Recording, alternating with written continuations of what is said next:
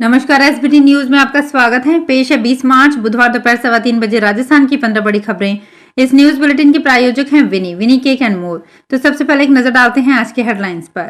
Rising Bharat में बोले अमित शाह, भारत को दुनिया की तीसरी आर्थिक ताकत बनाना मोदी की गारंटी। प्रदेश की बाकी बची 15 सीटों पर कांग्रेस की बैठक में होगी उम्मीदवारी तय।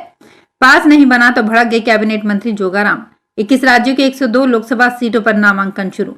और सुल्तानपुर सीट से मेनका गांधी और पीलीभीत से उनके बेटे वरुण गांधी का टिकट कटने की चर्चा। और अब खबरें विस्तार से। नई दिल्ली में लीडरशिप कॉन्क्लेव राइजिंग भारत 2024 के मंच से बुधवार को केंद्रीय गृह मंत्री अमित शाह ने कहा कि जब भी देश का इतिहास लिखा जाएगा, मोदी सरकार के इन 10 साल को स्वर्णिम अक्षर में लिखा जाएगा। अमित शाह ने कहा कि भारत को दुनिया की तीसरी आर्थिक ताकत बनाना मोदी की गारंटी और तीसरे कार्यकाल में ये पूरा किया जाएगा। अमित शाह ने कहा, मोदी जी के शासन के ये 10 साल स्वर्णिम अक्षरों से अंकित होने वाले हैं। 10 साल में भारत की जनता अनुभव कर रही है कि देश की नई पहचान पूरी दुनिया के सामने खड़ी हुई है। लोकसभा चुनावों के लिए प्रदेश में कांग्रेस के शेष नामों का ऐलान कल तक हो जाने की संभावना है। इसके लिए आज दिल्ली में शाम 4 बजे कांग्रेस सीईसी की बैठक बुलाई गई है। बैठक में बाड़मेर, जैसलमेर, सीकर, गंगानगर, हनुमानगढ़, करौली, धौलपुर, दौसा, जयपुर ग्रामीण, जयपुर शहर, नागौर, डूंगरपुर, बांसवाड़ा, कोटा, झालावाड़, बारां, राजसमंद, अजमेर और भीलवाड़ा सीट के लिए प्रत्याशियों के नाम फाइनल किए जा सकते हैं। जोधपुर में सीएम भजनलाल शर्मा को एयरपोर्ट पर रिसीव करने का पास नहीं बना तो कैबिनेट मंत्री जोगाराम भड़क गए। नाराज होकर ये तक बोल गए कि मेरे पास उन्हें दे दो जिनके हाथ में 1-1 लाख की थैली है। इधर उनका ये कमेंट एक वीडियो में कैद हो गया। पूरा मामला मंगलवार दोपहर करीब 1 बजे जोधपुर एयरपोर्ट का है। मीडिया रिपोर्ट्स के अनुसार सीएम भजनलाल शर्मा क्लस्टर की बैठक में हिस्सा लेने पहुंचे थे। ऐसे में उन्हें एयरपोर्ट पर रिसीव करने केंद्रीय मंत्री गजेंद्र सिंह शेखावत, कैबिनेट मंत्री गजेंद्र सिंह खीवसर, पूर्व जेडीए अध्यक्ष महेंद्र सिंह राठौड़ और कैबिनेट मंत्री वेलूणी विधायक जोगराम पटेल मौजूद थे। हालांकि बाद में उनका पास बनाकर एयरपोर्ट में सीएम को रिसीव करने भेजा गया। इधर जब इस मामले को लेकर उनसे बातचीत की तो बोले उन्होंने किसी के लिए ऐसा कुछ नहीं कहा। देश के 21 राज्य के 102 लोकसभा सीटों के लिए बुधवार से नामांकन प्रक्रिया शुरू हो गई है। इसके लिए चुनाव आयोग ने नोटिफिकेशन जारी कर दिया है। लोकसभा चुनाव के पहले चरण में 19 अप्रैल को वोट डाले जाएंगे। इन 102 सीटों में तमिलनाडु की 39, राजस्थान की 12 और मध्य प्रदेश की 6 सीटें शामिल हैं। चुनाव आयोग ने 16 मार्च को प्रेस कॉन्फ्रेंस कर लोकसभा चुनाव की तारीखों का ऐलान किया था। चुनाव आयोग की नोटिफिकेशन के मुताबिक नॉमिनेशन फाइल करने की आखिरी तारीख 27 मार्च है। लोकसभा चुनाव 2024 के लिए भाजपा तीसरी सूची पर मंथन कर रही है। अब तक 2 लिस्ट जारी कर भाजपा ने 267 उम्मीदवारों के नाम घोषित कर दिए हैं, लेकिन अब भी यूपी की 24 सीटों पर इंतजार हो रहा है और बिहार में तो अब तक एक भी कैंडिडेट का नाम घोषित नहीं किया गया है। इस बीच भाजपा सूत्रों का कहना है कि दोनों राज्यों में बड़ी संख्या में सांसदों के टिकट कट सकते हैं। यूपी की बकाया 24 सीटों पर कई सांसदों के नाम कट सकते हैं। इसके अलावा बिहार में तो एक मंत्री तक का नाम कटने के कयास लग रहे हैं। यूपी की बात करें तो यहाँ सबसे ज्यादा चर्चा सुल्तानपुर सीट से मेनका गांधी और पीलीभीत से उनके बेटे वरुण गांधी का टिकट कटने की चर्चा है। लोकसभा चुनाव के लिए पीठासीन अधिकारी के रूप में नियुक्त एक सरकारी स्कूल के शिक्षक की मंगलवार को राजस्थान के अजमेर जिले में लोकसभा चुनाव के लिए प्रशिक्षण के दौरान दिल का दौरा पड़ने से मौत हो गई। वो प्रशिक्षण के दौरान ही गश खाकर गिर गए। साथी कर्मचारी जब तक अस्पताल लेकर पहुंचे तब तक उनकी सांसें थम चुकी थी। घटना अजमेर जिले की केकड़ी तहसील के राजकीय उच्च माध्यमिक विद्यालय की है। राजस्थान में अब दिन गर्म होने लगे हैं। पिछले 24 घंटे में बाड़मेर में सबसे ज्यादा गर्मी रही। यहां दिन का अधिकतम तापमान 38 डिग्री सेल्सियस रिकॉर्ड किया गया, जो इस सीजन में अब तक का सबसे ज्यादा तापमान रहा। अजमेर, अलवर, कोटा, जोधपुर में भी न्यूनतम तापमान 2 से 3 डिग्री सेल्सियस तक बढ़ने से रात में भी सर्दी कम हो गई। मौसम केंद्र जयपुर के सीनियर साइंटिस्ट हिमांशु शर्मा ने बताया कि राज्य में अगले 2-4 दिन तापमान में इसी तरह उतार चढ़ाव रहेगा और अगले सप्ताह से पश्चिमी राजस्थान के इलाकों में गर्म हवा चलनी शुरू हो सकती है। गंगानगर, कोटा, अजमेर, बीकानेर में भी आज न्यूनतम तापमान 15 डिग्री सेल्सियस से ऊपर रहा। सबसे कम तापमान सीकर में 10.5 डिग्री सेल्सियस रिकॉर्ड किया गया। पेपर लीक मामले में गिरफ्तार 15 प्रशिक्षु थानेदारों और 2 चयनित अभ्यर्थियों सहित एसओजी ने मंगलवार को सभी थानेदारों की दोबारा परीक्षा ली। उन थानेदारों की भी परीक्षा ली गई जो राजस्थान पुलिस अकादमी और आरपीटीसी किशनगढ़ में ट्रेनिंग ले रहे हैं।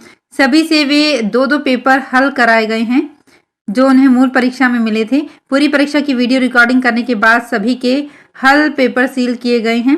अब इनको विशेषज्ञों से बैंक करवाएंगे, जिसका परिणाम एसओजी अपनी तफ्तीश में शामिल करेगी। परीक्षा में 705 थानेदार उपस्थित रहे। लोकसभा चुनाव 2024 की तैयारियों को लेकर मुख्यमंत्री भजनलाल शर्मा और बीजेपी प्रदेश अध्यक्ष सीपी जोशी 21 मार्च गुरुवार को कोटा आएंगे। वे कोटा में भीलवाड़ा, झालावाड़ और कोटा लोकसभा क्षेत्र के पार्टी पदाधिकारियों के साथ बैठक करेंगे।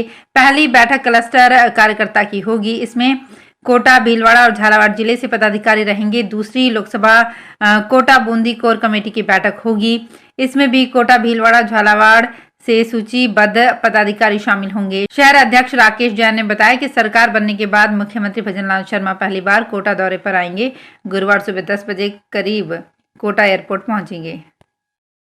राजस्थान में 19 और 26 अप्रैल को 2 चरणों में लोकसभा चुनाव होने हैं। इसे लेकर चुनाव आयोग ने अपनी तैयारियां तेज कर दी हैं। मतदाता अपने मताधिकार का प्रयोग बिना किसी परेशानी के कर सकें, इसके लिए निर्वाचन आयोग ने कुछ दिशा निर्देश जारी किए हैं। इसके अनुसार यदि किसी वोटर का नाम मतदाता सूची में दर्ज है लेकिन उसके पास किसी वजह से निर्वाचक फोटो पहचान पत्र उपलब्ध नहीं है तो भी वो वैकल्पिक पहचान दस्तावेज दिखाकर मताधिकार का उपयोग कर सकेगा। इन 12 वैकल्पिक फोटोयुक्त पहचान दस्तावेजों के Aadhaar card, MNREGA job card, driving licence, PAN card, भारतीय पासपोर्ट फोटो सहित पेंशन दस्तावेज, केंद्र राज्य सरकार, पीएसयू, सार्वजनिक लिमिटेड कंपनियों की ओर से कर्मचारियों को जारी किए गए फोटो युक्त सेवा पहचान पत्र शामिल हैं। भारतीय बल्लेबाज केएल राहुल आईपीएल 2024 से ठीक पहले उज्जैन स्थित महाकालेश्वर मंदिर गए, जहां उन्होंने महाकाल के दर्शन किए और पूजा अर्चना की। केएल राहुल आईपीएल में जल्द खेलते हुए नजर आएंगे। वे चोट के कारण इंग्लैंड के खिलाफ टेस्ट सीरीज में सिर्फ पहला मैच ही खेल पाए थे। इसके बाद इलाज के लिए लंदन गए और आईपीएल की तैयारी शुरू करने से पहले वे मध्य प्रदेश के उज्जैन स्थित महाकाल लोक गए। मनोहर लाल खट्टर की जगह हरियाणा के मुख्यमंत्री बने नायब सिंह सैनी ने पद संभालने के एक सप्ताह बाद मंगलवार को अपना पहला मंत्रिमंडल विस्तार किया। मुख्यमंत्री ने पार्टी के 8 विधायकों को मंत्री बनाया है, जिनमें 7 नए चेहरे हैं। भाजपा के वरिष्ठ नेता और पूर्व गृह मंत्री अनिल विज को सैनी मंत्रिमंडल में जगह नहीं मिल सकी है, जबकि कहा जा रहा है कि उनका भी नाम मंत्रियों की सूची में है। मुख्यमंत्री सैनी और 5 मंत्रियों ने पिछले सप्ताह शपथ ली थी। हरियाणा में मुख्यमंत्री सहित अधिकतम 14 मंत्री हो सकते हैं। राज्यपाल बंडारू दत्तात्रेय ने राजभवन में आयोजित कार्यक्रम में जिन नए मंत्रियों को पद और गोपनीयता की शपथ दिलाई, उनमें हिसार से भाजपा विधायक कमल गुप्ता भी हैं, जिन्होंने सबसे पहले कैबिनेट मंत्री के रूप में शपथ ली। कोटा में मिलावट पर वार अभियान के तहत पिछले दिनों लिए गए खाद्य पदार्थों के नमूनों की जांच रिपोर्ट सामने आई है। जांच रिपोर्ट में बागड़ी नमकीन एवं मिष्ठान भंडार रामपुरा कोतवाली की गली से लिया कड़के सेव एवं सुखधाम कोटी होटल सिविल लाइन से लिया गया दही पनीर का नमूना प्रयोगशाला जांच में सब स्टैंडर्ड स्तर का निकला, जिसका चालान न्यायालय में पेश करने की तैयारी की जा रही है। सीएमएचओ डॉक्टर जगदीश सोनी ने बताया कि खाद्य सुरक्षा टीम द्वारा मंगलवार को शहर में अलग अलग जगहों से खाद्य पदार्थों के 8 नमूने खाद्य सुरक्षा एवं मानक अधिनियम के तहत लिए गए थे। खाद्य एवं नागरिक आपूर्ति विभाग के अनुसार राजस्थान में आरएमएस 2024-25 के दौरान समर्थन मूल्य पर गेहूं खरीद 10 मार्च से 30 जून तक की जाएगी। समर्थन मूल्य पर गेहूं खरीद के लिए पंजीयन का कार्य 20 जनवरी से जारी है। इसके बावजूद अभी तक राजसमंद जिले में सिर्फ 28 काश्तकारों ने रजिस्ट्रेशन कराया है। रजिस्ट्रेशन को बढ़ाने के लिए गांव-गांव में जाकर काश्तकारों को प्रेरित किया जा रहा है। इसके बावजूद रजिस्ट्रेशन नहीं हो रहे हैं। हालांकि गेहूं की कटाई 15 मार्च से 15 अप्रैल के बीच होती है।